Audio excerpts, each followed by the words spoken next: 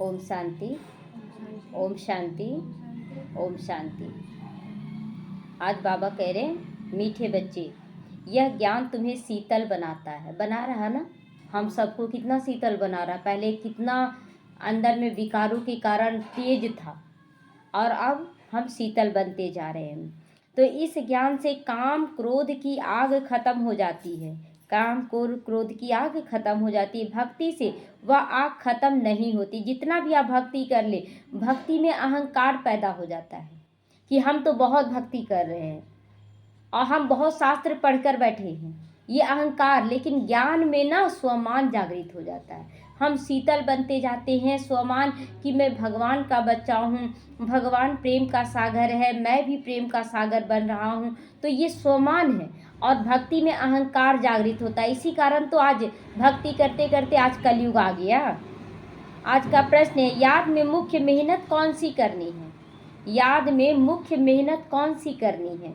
उत्तर है, बाप की याद में बैठते समय देह भी याद ना रहे, शरीर भी याद ना रहे। जब बाबा की याद में बैठते हैं तो शरीर का भी याद नहीं रहना चाहिए। आत्माभिमानी बनकर बाप को याद करो, यही मेहनत करनी है।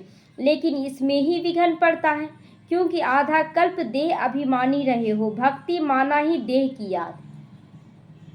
भक्ति में केवल देह के अनुसार करते आए। यहाँ जब हम लोग साइलेंस में क्यों बैठते हैं? भक्तिमान में जैसे झांझ मरी मजीरा सब बजाते थे, कीर्तन गाते थे, देह भान का निशानी है। लेकिन बाबा के पास जब बैठते हैं तो साइलेंस में बैठते हैं और मस्तक में अनुभव करते कि मैं आत्मा चमक रही हूँ, मैं आत्मा अपने पिता परमात्मा से सुन रही हूँ। इस भान से सुनते हैं। तो बाबा कहता है कि जब तुम बैठते हो याद में तो इसी भान में बैठो, देह की याद नहीं होनी चाहिए। ओम शांति। तुम बच्चे जानते हो याद के लिए एकांत की बहुत ज़रूरत है। अब देखिए, एकांत, लोग बार बार सोचेंगे कि हम एकांत में चले जाएं, मतलब अकेले में बैठे, तो ये संभव नहीं है। बाबा एकांत का मतलब कहता है कि अंदर में एकांत हो। अंदर में क्या होता है कि आप एकांत में तो चले गए, जंगलों में भी चले गए, लेकिन मन बुद्धि आपका परिवार में फंसा हुआ है, दुनिया में फंसा हुआ है, उसको एकांत कहेंगे? तो यहाँ पर एकांत का मतलब है कि एक के अंत में चले जाओ, एक की याद में चले जाओ कि मेरे अंदर केवल बाबा हो और कुछ भी नहीं। परिवार के सामने भी रहे तो लगे कि सबके बीच में बैठे हैं, लेकिन अंतर में मैं आत्मा परमात्मा के साथ बैठी, ये स्थिति बन जाए। तो बहुत इसकी जरूरत है एकांत की। तुम एकांत व शांत में बाप की याद में रह सकते हो, उतना झुंड में नहीं रह सकते हो। स्कूल में भी बच्चे पढ़ते हैं तो एकांत में जाकर स्टडी करते हैं ना, जब बगीचे में चले जाते हैं, जब बच्चे पढ़ने बैठते हैं या अकेले में जल जाते हैं। हमें भी एकांत में, अगर अंतर में 10 गो का याद रहेगा, परिवार का याद आएगा, उसका याद, तो बाबा कहते हैं कि तो फिर वो याद नहीं रह सकता। जो याद रहना चाहिए बाबा का, वो याद नहीं। इसलिए झुंड नहीं चाहिए बाबा को, बाबा को एकांत चाहिए, कुछ भी याद नहीं रहना चाहिए। तो इसमें एकांत चाहिए। घूमने जाते हो, उसमें भी याद की यात्रा मुख्य है। आप घूमने जा रहे हैं तो मन में याद करना है ना, अंतर में याद करना है बाबा को। ऐसे ही थोड़ी कि बाबा बाबा नमः शिवाय, भक्ति थोड़ी है कि मुख से आप बोल रहे हैं। मन में याद करें, कौन देख रहा है? एक की याद में जा रहे हैं। तो घूमने भी जाते हो तो याद की यात्रा मुख्य है। पढ़ाई तो बिल्कुल सहज है, क्योंकि आधा कल्प माया का राज आने से ही तुम देह अभिमानी बनते हो। तो पहला शत्रु क्या है तुम्हारा? देह अभिमान। देह अभिमान में ही आने से ना हमें चिंता फिकर आती है। देह अभिमान में आने से काम क्रोध विकार उत्पन्न होता है। लेकिन जब आत्मा हूँ मैं, निराकार ज्योति बिंदु हूँ, तो कोई विकार नहीं, कोई चिंता फिकर नहीं। आत्मा ना कभी मरती है ना कुछ होता है। तो पहला शत्रु है तुम्हारा देह अभिमान। तो बाप की को याद करने के बदले देह को याद कर लेते हैं, इसको देह का अहंकार कहा जाता है। भगवान को याद करने के बजाय देह को याद कर लेते हैं। तो तुम तुम बच्चों को कहा जाता है बच्चे आत्माभिमानी बनकर बैठो। लेकिन इसमें मेहनत लगती है ना, आत्मा समझ ही नहीं पा रहे बच्चे। अगर आत्मा समझ लेना तो आपकी स्थिति बहुत पावरफुल होती चल जाएगी। हाँ, बोलते बोलते नहीं, उसको बोलना नहीं रहता, वो स्मृति। आप देखिए, जैसे कि बच्चा जन्म लेता है तो जन्म लेते के साथ ये लड़का है, ये लड़की, स्मृति पावरफुल होती है कि अब मैं लड़का हूँ, मैं लड़की हूँ। स्मृति हो गया। अब उस देह भान से भी न्यारा होना है। देखिए हम लोग देह भान से न्यारा भी नहीं हो रहा है। अभी देखिए कि जैसे अग्नि है, तो अग्नि है तो अग्नि का रूप है ना, अग्नि थोड़ी भूल जाता अपनी गर्माहट देने में। अब जैसे ही हम अग्नि को छूने जाते हैं तो वो गर्मी का एहसास हमें भी होता है कि नहीं। अचानक एक व्यक्ति मेरे पास आया और एकदम मेरे पास आ गया, हम तुरंत ऐसे हो गए, क्या क्या भान से अलग हो गए। मैं नर हूँ, वो नर है, मैं नारी हूँ, हम इधर हो गए, है ना। ये देह भान है। मैं एक पवित्र आत्मा हूँ और मुझे विकारी दृष्टि से कोई भी टच नहीं कर सकता है। अगर कोई आ रहा टच करने तो मेरी पवित्रता की शक्ति उसे भी पवित्र बना देगी। इतना पावरफुल होना चाहिए, इतना पावरफुल। लेकिन वो है, वो अभी नहीं है। अंश मात्र में भी दे अभिमान आ जाता है कि मैं ये हूँ, मैं वो हूँ। एकदम स्थिति। दादी जानकी का महामंडलेश्वर के एक थे, वो हाथ पकड़ लिए बीच सभा में। दादी एकदम स्थिर, दादी एकदम स्थिर, कुछ भी फर्क नहीं पड़ा। कौन बच्चा हाथ पकड़ लिया, चलते चलते बच्चा हाथ नहीं पकड़ता है क्या, पकड़ लिया। ये है आत्म अभिमानी स्थिति। अभी हम लोगों का वो स्थिति नहीं है, तो ये वो स्थिति में पहुंचना है। तो आत्म अभिमानी बनने में ही मेहनत लगती है। अब भक्ति तो छूटी है, भक्ति होती है शरीर के साथ। तीर्थों पर शरीर को ले जाना पड़ता है दर्शन करने के लिए, दर्शन करना होता है ना, तो यह करना है, शरीर को जाना पड़े फिर उसके दर्शन के लिए। यहाँ तुमको यही चिंतन करना है कि हम आत्मा हैं, हमको परम पिता परमात्मा की परम पिता को याद करना है। बस जितना याद करोगे पाप करते चले जाएंगे। ये पाप का बोझा होता है जो हमें अपने पिता को याद करने नहीं देता है। घड़ी घड़ी आप याद में बैठेंगे, कभी वो याद आएगा, कभी काम याद आएगा, कभी ये मतलब पुरानी बातें याद आएगी, पता ही नहीं चलेगा कि बाबा की याद कब भूल गए। तो ये पापों का बोझा है। तो इसको ठीक करने के लिए क्षमा याचना, दुआ देना, हर वक्त याद रखना मैं आत्मा हूँ, मैं आत्मा हूँ, ये याद स्मृति में रखना चाहिए, तब पाप कट जाएंगे। भक्ति मार्ग में कभी भी पाप नहीं कटते हैं। कोई बूढ़े आदि होते हैं तो अंदर में ये वहम होता है ना, हम भक्ति नहीं करेंगे तो नुकसान होगा, नास्तिक बन जाएंगे। जैसे कि घर में लौकिक मायके में भी ना सत्यनारायण का पूजा होता था। अब जब भी कोई विघन आता था, पूजा नहीं हुआ ना, नहीं पूजा किए ना, इसीलिए शायद विघन आया। मतलब इनडायरेक्टली हम क्या बोल रहे हैं ना कि पूजा नहीं करने से भगवान रुष्ट हो जाते हैं और सजा देते हैं। कितना गलत बोलते थे ना। तो बाबा कहते हैं कि बच्चे तुम्हें आत्माभिमानी होकर करना है। ये जो भक्ति करते हो ना, ये भी एक तरह का आपका पाप कटित नहीं होता, बल्कि अभिमान बढ़ जाता है देह का कि हम बहुत अच्छा भक्ति करते हैं। और नहीं करते हो तो मन में आता है कि हम नास्तिक नहीं बन जाएं, इसलिए भक्ति करते हैं। तो भक्ति को जैसे आग लगी हुई है अभी, और ज्ञान में है शीतलता। भक्ति की आग है, हम और ज़्यादा भक्ति करें, हम ये करें वो करें। और ज्ञान में ठहराव होता है, ज्ञान में शीतलता आती है, मन बुद्धि एकदम शीतल होने लग जाता है। तो इसमें काम क्रोध की आग खत्म हो जाती है। भक्ति मार्ग में मनुष्य कितनी भावना लेकिन रखते हैं, मेहनत करते हैं ना। समझो बद्रीनाथ गए, मूर्ति का साक्षात्कार हुआ, फिर क्या झट भावना बैठ जाती है, फिर बद्रीनाथ के सिवाय और कोई बुद्धि में आता ही नहीं है। साक्षात्कार हो जाएगा तो घड़ी घड़ी जाएंगे ना कि नहीं वहाँ हमको साक्षात्कार हुआ, वहीं भगवान मिलेंगे हमको, वहीं जाएंगे। लोग आज भक्ति मार्ग में जाते हैं, कितना दूरी यात्रा तय करते हैं, चलते हैं, क्यों? ये भावना होती है। तो भावना रहती है तो उसका भाड़ा तो मिलता है, लेकिन फिर भावना पूरा हो जाता है तो अहंकार आता है, हम तो ऐसे किए, हम तो ऐसे कर रहे हैं। ये अहंकार, ज्ञान में स्वमान जागृत होता है।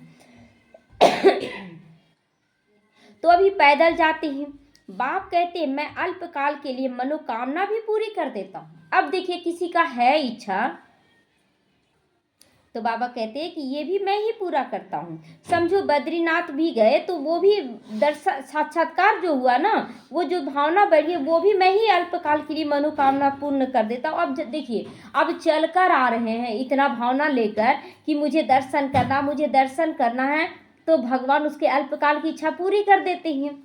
तो बाकी मैं इनसे मिलता नहीं हूँ, मेरे बिगर वर्षा थोड़ी मिलेगा, वर्षा तो तुमको मेरे से ही मिलना है। तो यह तो सभी देहधारी हैं, वर्षा एक ही बाप रचता से मिलता है, बाकी जो भी है जड़ अथवा चैतन्य वो सारी उनकी रचना है। जड़ और चैतन्य का मतलब क्या हुआ कि जड़ रूप से जो मूर्ति बना हुआ है ना, मंदिरों में जो मूर्तियां हैं, तो उनसे सोचते हैं कि हम लोग को मिल रहा है चैतन्य, मतलब जो साधु महात्मा हुए या देवी देवता हुए। तो बाबा कहता है भल किसी को भी तुम मान लो, देने वाला तो एक निराकार ही शिव बाबा, वही देता है हमें। तो वर्षा एक ही बाप से मिलता है। तो रचना से कभी वर्षा ना मिल सके, जैसे अब बड़ा भाई है तो बोलते बड़ा भाई बाप समान है, लेकिन बाप बनता है क्या? बाप से संपत्ति का अधिकार प्राप्त होता है और भाई से एक दान होता है कि चलो दे देते हैं, छोटा भाई है ना, रहम होता है।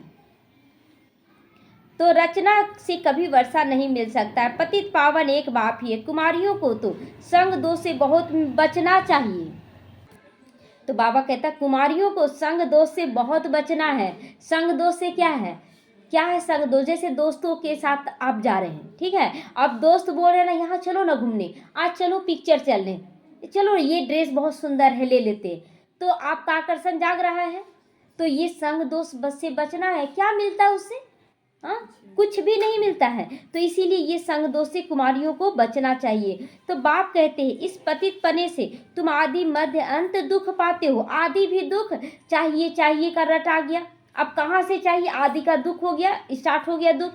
उसके बाद फिर हम कुछ ना कुछ चाहना रखने लगते हैं, तो मांगने लगते हैं किसी के आगे, ये चाहिए वो चाहिए, वो भी बोलते कितना तंग करती है। और फिर अगर वो पहन कर निकल गए, बहुत सुंदर दिखने लगे, तो उसमें भी क्या होता है कि आ जाता है ना कुछ विकार आ जाता है, कोई हमारे ऊपर आकर्षित हो जाता है तो गलत भावना से देखने लगता है।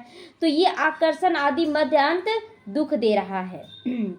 तो आदि मध्य अंत तुम दुख पाते हो। अभी सब पतित है, तुम्हें अभी पावन बनना है। निराकार बाप ही आकर तुमको पढ़ाती हैं। ऐसे कभी नहीं समझो कि ब्रह्मा बाप पढ़ाते हैं।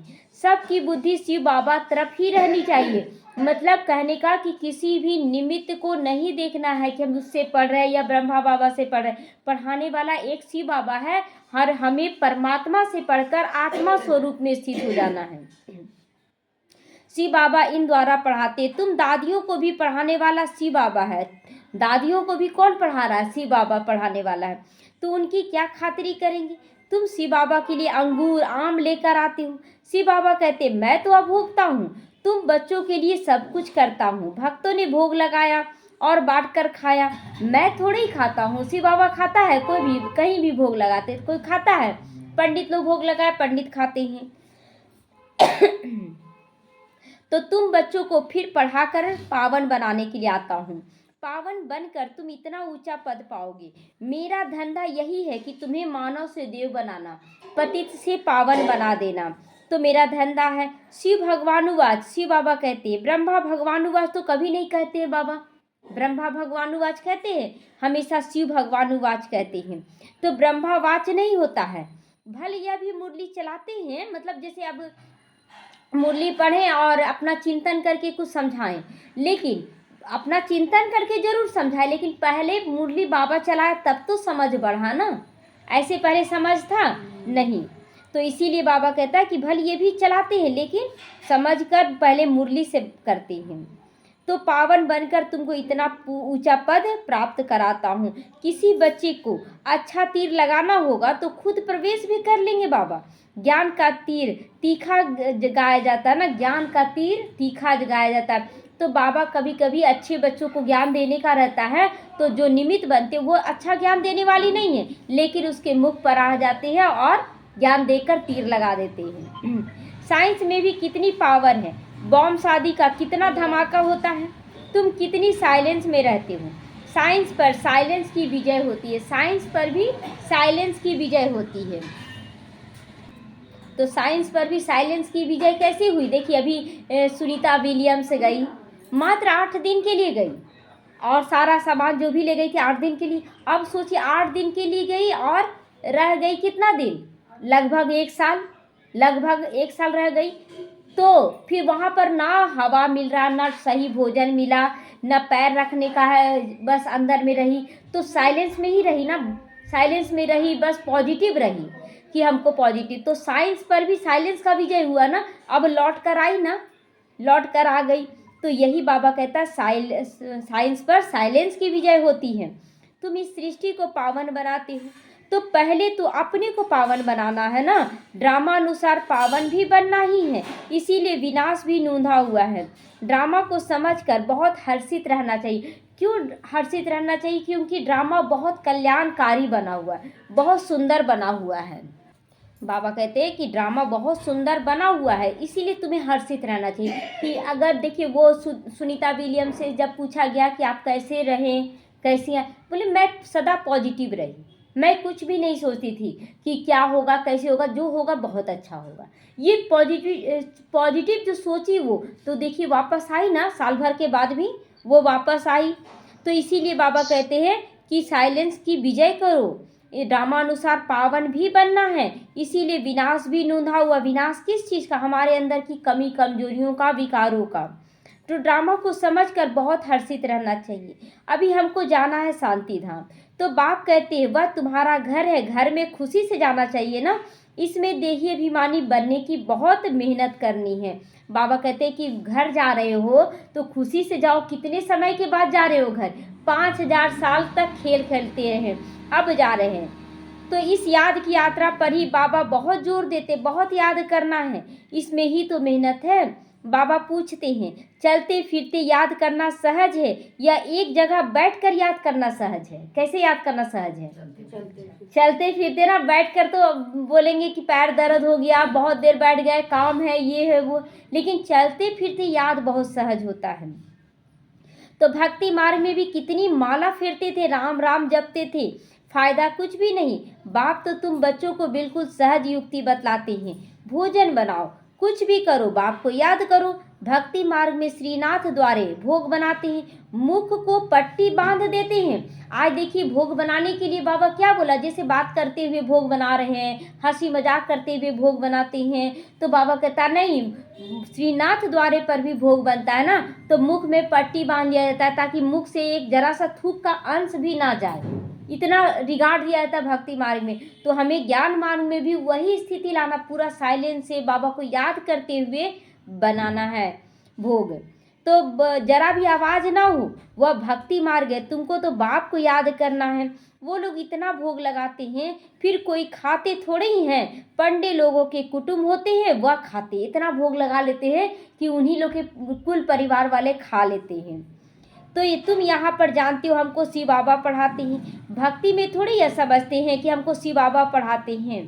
भल शिव पुराण बनाया हुआ है, परंतु उसमें शिव पार्वती, शिव शंकर सब मिला दिया है। शिव पार्वती को मिला दिया गया है, शंकर पार्वती को मिला दिया गया है। वो पढ़ने से कोई फायदा नहीं। हर एक को अपना शास्त्र पढ़ना चाहिए। भारतवासियों का है गीता, क्रिश्चियन का बाइबल, एक ही होता है। देवी देवता धर्म का शास्त्र है गीता, उसमें ही नॉलेज है, नॉलेज ही पढ़ी जाती है। तुमको नॉलेज पढ़नी है, लड़ाई आदि की कोई बात नहीं है। जिन किताबों में है उनसे तुम्हारा कोई काम नहीं है, जिन किताबों में है उनसे तुम्हारा कोई काम नहीं है। हम योग बल वाले, फिर बाहुबल वालों की कहानियाँ क्यों सुने? तुम्हारी वास्तव में लड़ाई है ही नहीं। मतलब शास्त्रों में जैसे गीता में भी दिखाते हैं ना कि लड़ाई झगड़ा किए, तो बाबा कहते हैं कि तुम्हारा बाहुबल का तो ज़रूरत ही नहीं है, तुमको तो योग बल से काम लेना है, तो इसलिए ये सब काम तुमको नहीं करना है। तुम योग बल से 5 विकारों पर जीत पाते हो। तुम्हारी लड़ाई है 5 विकारों से, तो यह तो मनुष्य से लड़ाई करते हैं, उसमें तुम अपने विकारों से लड़ाई करते हो। दोनों में अंतर हो गया ना। उसमें तो दिखाते हैं ना कि अपने ही कुल परिवारों से लड़ाई किया, और हम लोग अपने अंदर माया से युद्ध करते हैं। क्या युद्ध करते हैं कि सब एक आत्मा है, सब हम सब क्या है, आत्माएं हैं, परमात्मा की संतान है। तो इसी पे तो चलता ना कि ये भाई है, ये बहन है, ये माता पिता है, नहीं, सब एक आत्मा। फिर बोलते हैं हम लोग बुद्धि से काम लेते हैं कि सब एक आत्मा है। मन बोलता है नहीं, ये माता पिता है, ये पति पत्नी है। फिर बुद्धि बोलता है नहीं, बाबा क्या सिखाया, मैं आत्मा हूँ, है ना। तो ये युद्ध चल रहा है ना अंदर में। तो तुम अपने विकारों से लड़ाई करते हो। यह बातें सन्यासी आदि समझा न सके तो तुमको कोई ड्रिल आदि भी नहीं सिखलाई जाती। तुम्हारी ड्रिल एक ही है, तुम्हारी है ही योग बल। योग बल का ही ना ड्रिल करते। कमेंट्री क्या अपने को पॉजिटिव संकल्प देते, मैं आत्मा हूँ, मैं बहुत पावरफुल हूँ, यही ना बोलते हैं। तो याद से 5 विकारों पर जीत पाते हो। यह 5 विकार तुम्हारे दुश्मन हैं। उसमें भी नंबर 1 है दे अभिमान। तो बाप कहते तुम तो आत्मा हो ना, तुम आत्मा आती हो, आकर गर्भ में प्रवेश करती हो। मैं तो इस शरीर में विराजमान हुआ हूँ। शिव बाबा जब आते हैं तो शरीर में विराजमान होते हैं, आकर भृकुटी तख्त पर बैठते हैं, गर्भ में तो नहीं जाते हैं। लेकिन हम बच्चे हैं ना, गर्भ में प्रवेश करके तब हमारा जन्म होता है, अवतरण हमारा नहीं होता है। तो मैं कोई गर्भ में थोड़ी जाता हूँ। सतयुग में तुम गर्भ महल में रहते हो। अभी देखिए गर्भ में भी दुख होता है, लेकिन बाबा कहते हैं सतयुग में गर्भ महल होगा। अच्छा, अभी हम लोग जब आए थे ना बाबा के पास, तो बहुत सारे हिसाब किताब लेकर आए थे, इसलिए बहुत झेलना पड़ा। तो वो हो गया गर्भ जेल। और अभी क्या है कि हम बाबा के बन गए, तो अभी बनते बनते अच्छे से चल रहे, तो अब गर्भ महल में आ गए ना। अब महसूस करते कलयुग की दुनिया वैसा ही है, लेकिन हम आनंद में हैं। तो ये हो गया गर्भ महल। गर्भ जेल से गर्भ महल में हम ट्रांसफर हो गए। तो गर्भ महल में रहते हो, फिर रावण राज्य में गर्भ जेल में जाती हूँ। मैं तो प्रवेश करता हूँ। इसको दिव्य जन्म कहा जाता है। ड्रामा अनुसार मुझे इसमें आना पड़ता है। इनका नाम ब्रह्मा रखना पड़ता है, क्योंकि मेरा बना है ना, तो मेरा बना है तो उसका नाम तो बदली होगा ना। अब माया का था तो दादा लेखराज थे, और जब बाबा के बने तो ब्रह्मा नाम पड़ा। तो एडॉप्ट तो होते हैं ना, क्योंकि मेरा बना है। कितने अच्छे अच्छे नाम रखते हैं। तुम्हारे भी तो बहुत अच्छे अच्छे नाम रखे थे। लिस्ट बड़ी वंडरफुल आई थी संदेशी द्वारा। बाबा को सब नाम थोड़ी याद है। कितने बच्चे भाग गए, छोड़कर चले गए, तो बाबा को उतना नाम थोड़ी। बहुत सारा लिस्ट 380 बच्चों का आया था नाम ऊपर से, तो उतना याद थोड़ी है। बाबा को सब नाम याद नहीं है। नाम से कोई मतलब ही नहीं है, कोई काम भी नहीं है। नाम से सब आत्मा है, बस नाम से क्या है। शरीर पर नाम रखा जाता। अब तो बाप कहते अपने को आत्मा समझो, बाप को याद करो बस। तुम जानते हो हम पूज्य देवता बनते, फिर राज्य करेंगे, फिर भक्ति मार्ग में हमारे ही चित्र बनाएंगे। देवियों के बहुत चित्र बनाते हैं ना, आत्माओं की भी पूजा होती है। मिट्टी के शालिग्राम बनाते हैं, फिर रात को तोड़ डालते हैं। मिट्टी का एक परात में बीच में शिवलिंग और साइड में शालिग्राम पतला पतला बनाते हैं, उस पर चावल साटते हैं और फिर उसको पूजा करते हैं। सुबह से शाम तक वो ऐसा ही रखा रहता है, और फिर शाम को सारा मिट्टी मिला दिया जाता है, तो तोड़ फोड़ देते हैं। तो मेरा भी रूप बनाकर खिला पिला कर फिर मुझे भी कह देते ठीक कर भीतर में है। सबसे दुर्दशा तो मेरी करते हो तुम, जो कन कन में कह देते हो। तुम कितने गरीब बन गए हो। क्यों? क्योंकि अगर जो बच्चे माँ बाप को गाली देंगे वो तो श्रापित हो जाते हैं ना। तो हम लोग भी भगवान को, जो हमारे माता पिता थे उनको ही हम गाली दिए, कन कन में कह देना। तो इसीलिए कितने गरीब बन गए हो। गरीब ही फिर ऊंचे पद पाते हैं, साहूकार मुश्किल उठाते। अब जो साहूकार हैं तो वो बोलेंगे मेरे लिए तो यही स्वर्ग है, लेकिन गरीब बोले हाँ हम आएंगे, हम सुनेंगे ज्ञान, तो गरीब ही उठाते हैं। बाबा भी साहूकारों से इतना लेकर क्या करेगा। साहूकार तो 1 सेकंड में करोड़ों रुपया दे देंगे, तो क्या एक ही आदमी का सफल होगा। बाबा को तो कना कना सबका सफल करना ना, तो बाबा को गरीब ही चाहिए। इसलिए गरीब आते हैं तो बूंद बूंद डालते हैं, बूंद बूंद से यह मकान आदि बनता है। कहते बाबा हमारी भी ईंट लगा दो, 1 ईंट लगा दो। समझते रिटर्न में हमको सोने चांदी के महल मिल जाएंगे, 1 ईंट भी लगाएंगे तो वहाँ सोने का ढेर रहता है ना, सोने की ईंटें होगी, सब तो मकान बनेंगे, तब तो मकान बनेगा। तो बाप बहुत प्यार से कहते मीठे मीठे बच्चों अब मुझे याद करो, अब नाटक पूरा होता है। अब ये नाटक पूरा हो गया, अब यहाँ महल बनाने का जरूरत नहीं है, अब तो सब कुछ खत्म हो जाएगा, अब घर जाना है। तो बाप गरीब बच्चों को साहूकार बनने की युक्ति बताती है। मीठे बच्चे तुम्हारे पास जो कुछ भी है ट्रांसफर कर दो। तन है, मन है, धन है, संबंध है, जो जो चाहिए सब कुछ बाबा को दे दे, समर्पण कर दे, ट्रांसफर कर दो। यहाँ तो कुछ भी रहना नहीं है, ऐसे भी विनाश हो जाएगा, तो क्यों ना हम समर्पण कर दें, तो देखिए सब कुछ होने लगेगा। तो यहाँ जो ट्रांसफर करोगे वह नई दुनिया में तुमको 100 गुना होकर मिलेगा। ये बाबा का साकार मूल्य, तभी तो कितने बच्चे समर्पण कर देते थे, सुनते थे और समर्पण कर देते थे।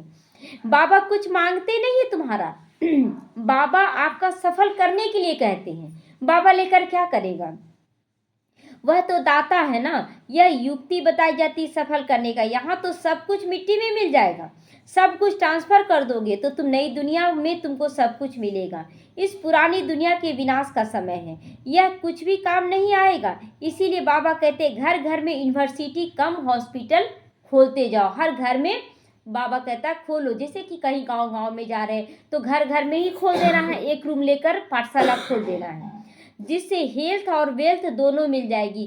तन और मन और धन सब तरह से भरपूर हो जाएंगे, हेल्थ भी मिलेगा और वेल्थ भी मिलेगा। यही मुख्य है। अच्छा, मीठे मीठे सीखी लदे बच्चों प्रति माता पिता बाप दादा का याद प्यार और गुड मॉर्निंग। रूहानी बाप की रूहानी बच्चों को नमस्ते।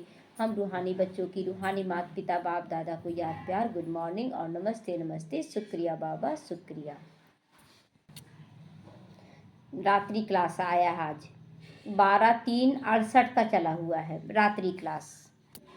इस समय तुम गरीब साधारण माताएं पुरुषार्थ कर ऊंचा पद पा लेती हो। साधारण और एकदम गरीब माताएं क्या है, माताओं की स्थिति एकदम गरीब हो गया था ना, कोई मान नहीं था, तो बाबा कितना ऊंचा पद प्राप्त करवाते। कैसे? यज्ञ में मदद आदि भी माताएं बहुत करती है, पुरुष बहुत थोड़े हैं जो मददगार बनते हैं, लेकिन माताएं क्या है कि कुछ ना कुछ कना जमा करती रहती हैं।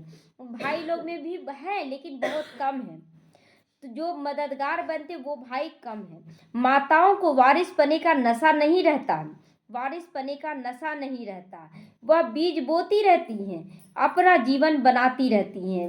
वारिस पने का नशा नहीं रहता का मतलब है ना कि माताएं बस सफल करती जाती, ये नहीं कि हमको ये मिल जाए यहीं पर वो मिल जाए, नहीं, वो बस वारिस पने के नशे में रहती कि हम भगवान के वारिस बन रहे हैं, ये नशा रहता है। इतना पुरुषों में नहीं रहता है और इसीलिए वो कना समर्पण करके जीवन बनाती रहती हैं। तुम्हारा ज्ञान यथार्थ है, बाकी भक्ति है। रूहानी बाप ही आकर ज्ञान देते हैं। बाप को समझे तो बाप से वर्षा जरूर ले लेवे। तुमको बाप पुरुषार्थ कराते रहते, समझाते रहते हैं। टाइम वेस्ट मत करो, कोई समय को बर्बाद नहीं करो इधर उधर की बातों में, फालतू के दुनिया के आकर्षणों में बर्बाद नहीं करना है। बाप जानते हैं कोई अच्छे पुरुषार्थी है, कोई मीडियम है तो कोई थर्ड है। बाबा से पूछे तो बाबा झट बता दे कि तुम फर्स्ट ग्रेड हो, सेकंड हो या थर्ड हो। किसको ज्ञान नहीं देते हो तो थर्ड ग्रेड के क्लास वाले ठहरे। अगर किसी को नहीं समझाते हो तो बाबा कहते तुम थर्ड ग्रेड वाले हो। तो सबूत नहीं देते हो ना, तो बाबा तो जरूर कहेंगे ऐसा। तो भगवान आकर जो ज्ञान सिखलाते वो प्रायः लोप हो जाता है, यह किसी को भी पता नहीं। ड्रामा प्लान अनुसार यह भक्ति मार्ग है, इनसे कोई मुझे प्राप्त नहीं कर सकता है। सतयुग में कोई जा नहीं सकता भक्ति मार्ग से। जो ज्ञान में आया, जो पुरुषार्थ कर रहा वही जाएगा सतयुग में। इसीलिए अपने अंदर धारणा बना ले कि हमें ज्ञान, योग, धारणा, सेवा चारों में अच्छा बनना है, क्योंकि इसी से हम सतयुग में जा रहे हैं। अभी तुम बच्चे पुरुषार्थ कर रहे हो, कल्प पहले मिसल जिसने पुरुषार्थ किया है उतना करते रहते हैं। बाप समझ सकते कि अपना कल्याण कौन कौन कर रहे हैं। बाप तो कहेंगे रोज इन लक्ष्मी नारायण के चित्र के आगे जाकर बैठो। बाबा आपकी श्रीमत पर यह वर्षा हम जरूर लेंगे। ये नशा रोज प्रतिज्ञा करना है कि बाबा आपकी श्रीमत पर चलकर हम ये वर्षा जरूर लेंगे। तो आप सामान बनाने की सेवा का शौक भी तो जरूर चाहिए। अब आप तो बन रहे हैं, आप सोच रहे हैं हमको क्या मतलब बाबा अपने टच करेगा, नहीं, आपको भू भू करते रहना है, आपको निमित्त बनते रहना है। कोई सुनना चाहे या ना चाहे, लेकिन आपका काम है सुनाते रहना।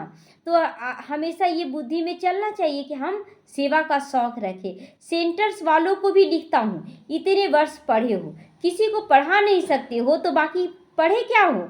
बच्चों को उन्नति तो करनी चाहिए ना। पढ़ लिख ले और बैठा है तो अच्छा लगेगा, तो उसको तो जॉब करना चाहिए ना। जॉब माना यहाँ पर सेवा करनी है, तो बुद्धि में सारा दिन ये सेवा का ख्यालात चलना चाहिए। कैसे सेवा करें, कैसे सेवा को आगे बढ़ाएं। तुम वानप्रस्थी तो हो ना, वानप्रस्थियों के भी आश्रम होते हैं, वानप्रस्थियों के पास जाना चाहिए। मरने के पहले लक्ष्य तो उनको बता दो। वानप्रस्थियों के पास माना साधु सन्यासियों के पास, बूढ़ों के पास, बुजुर्गों के पास जो एकदम जीवन जी चुके, उनको भी बताना है ये ज्ञान, ताकि उन लोग को भी पता चले। तो मरने के पहले लक्ष्य तो बता दो। वाणी से परे तुम्हारी आत्मा जाएगी कैसे, पतित आत्मा तो जा ना सकी।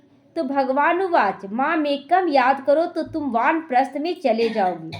बनारस में सेवा ढेर है, बहुत साधु लोग काशीवास के लिए वहाँ रहते हैं, सारा दिन कहते रहते शिव काशी विश्वनाथ गंगा, शिव काशी कह मतलब जपते रहते, लेकिन अर्थ कुछ भी नहीं समझते।